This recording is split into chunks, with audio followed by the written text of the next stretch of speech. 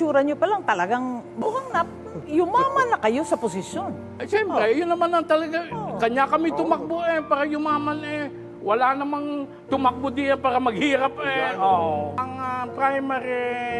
primary reason natin kung bakit tayo ganito ay magkapera. Trabaho ito Hindi ba ang trabaho, lahat na trabaho may sweldo.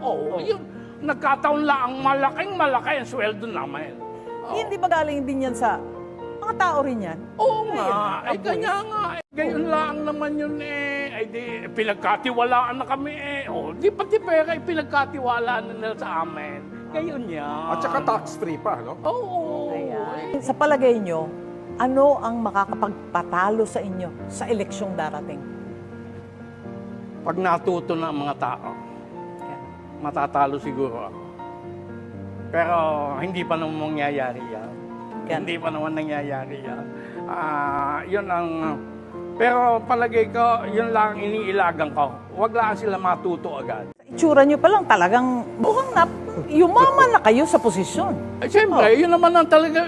Kanya kami tumakbo para yumaman Wala namang tumakbo diyan para maghirap Ang primary reason natin kung bakit tayo ganito ay magkapera. Trabaho ito Hindi ba ang trabaho, lahat na trabaho may sweldo. Yun. Nagkataon lang ang malaki ang sweldo namin. Hindi ba galing din yan sa mga tao rin yan? Oo nga. Kanya nga. Gayon lang naman yun di pinagkatiwalaan na kami di pati pera pinagkatiwalaan na nila sa amin.